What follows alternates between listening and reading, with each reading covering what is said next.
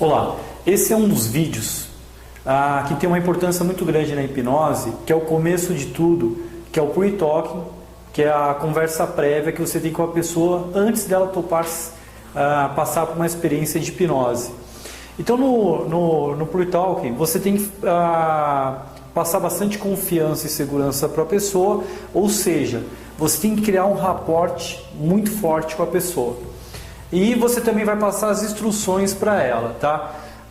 Então basicamente o que é? Gerar a atenção da pessoa, parar a pessoa na rua, você ganhar a atenção dela, para ela ter interesse e desejo de participar de uma experiência hipnótica, e a ação é ela querer ser hipnotizada.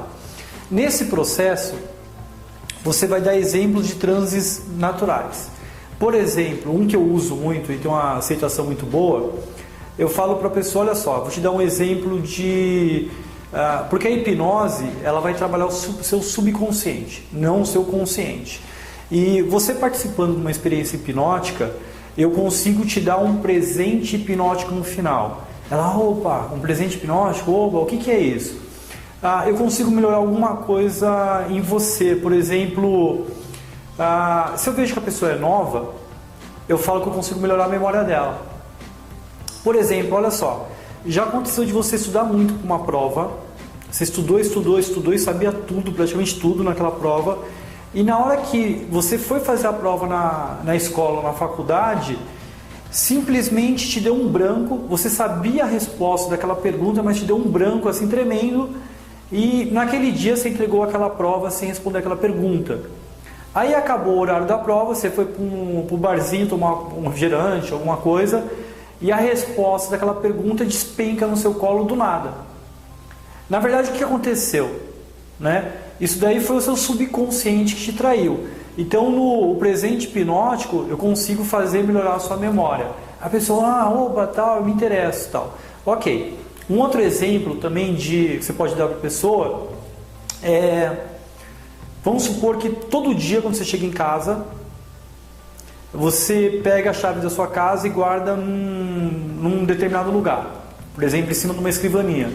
Só que determinado dia, você estava cheio de informações na cabeça e pegou aquela chave e guardou em outro lugar. E depois, quando você precisou da chave, você ficou procurando igual louco e não lembrava onde deixou a chave.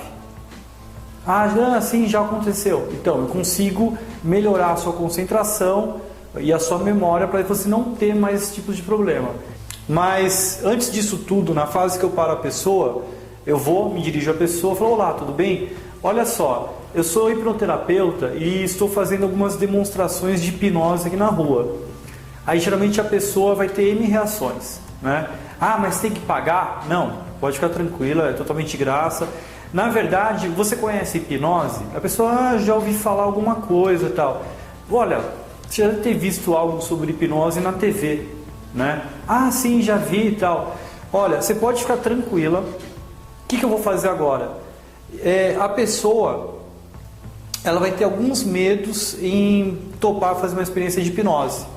Geralmente esses medos aqui são medo de fazer o que ela não quer, tá? Porque você imagina que você está num lugar e ela já está vendo você fazer uma hipnose com uma outra pessoa. E ela vê algumas coisas diferentes ali.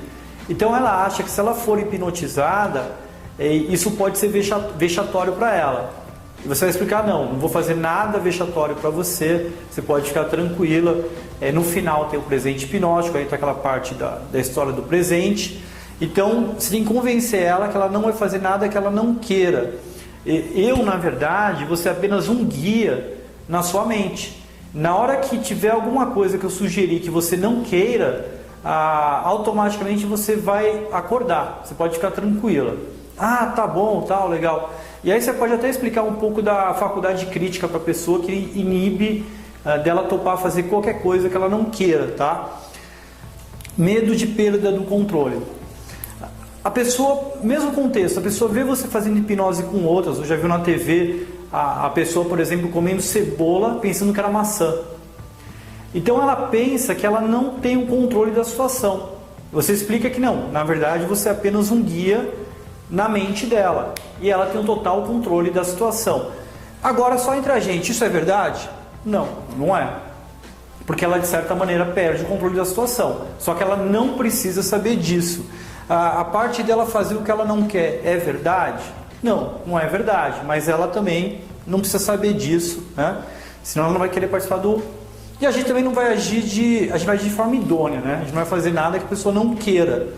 Algumas pessoas têm medo de contar segredos, porque ela acha que ela estando hipnotizada, ela pode contar segredos. E você vai explicar para ela que não.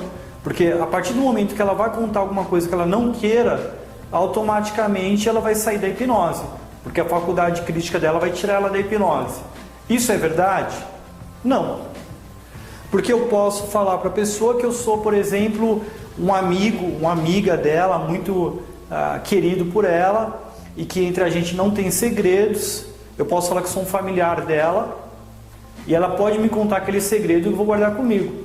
E ela vai acreditar que eu sou aquela outra pessoa. Só que ela não precisa saber disso e a gente também não vai agir de forma incorreta, né?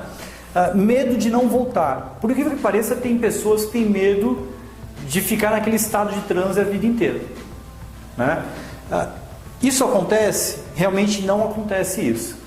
Já foi feito alguns testes de você colocar a pessoa em transe, né, num transe bem profundo, e você desaparecer, deixar a pessoa em transe e ir embora. Na verdade você não vai embora, você fica acompanhando de longe e ela entende que você foi embora. O que acontece é que algumas pessoas podem demorar 10 minutos para voltar do transe, outras 2 horas, outras um pouco mais, outras um pouco menos. Mas em alguma hora aquela pessoa vai voltar do transe.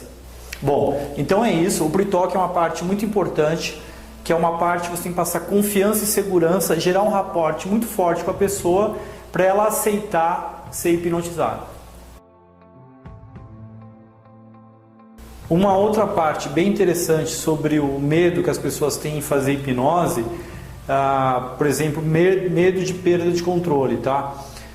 A gente fala para a pessoa sempre que ela vai ter controle total, mas é muito comum em sessões de hipnoterapia, o hipnoterapeuta ele tem uma filmadora e ele filma todo o processo de hipnose.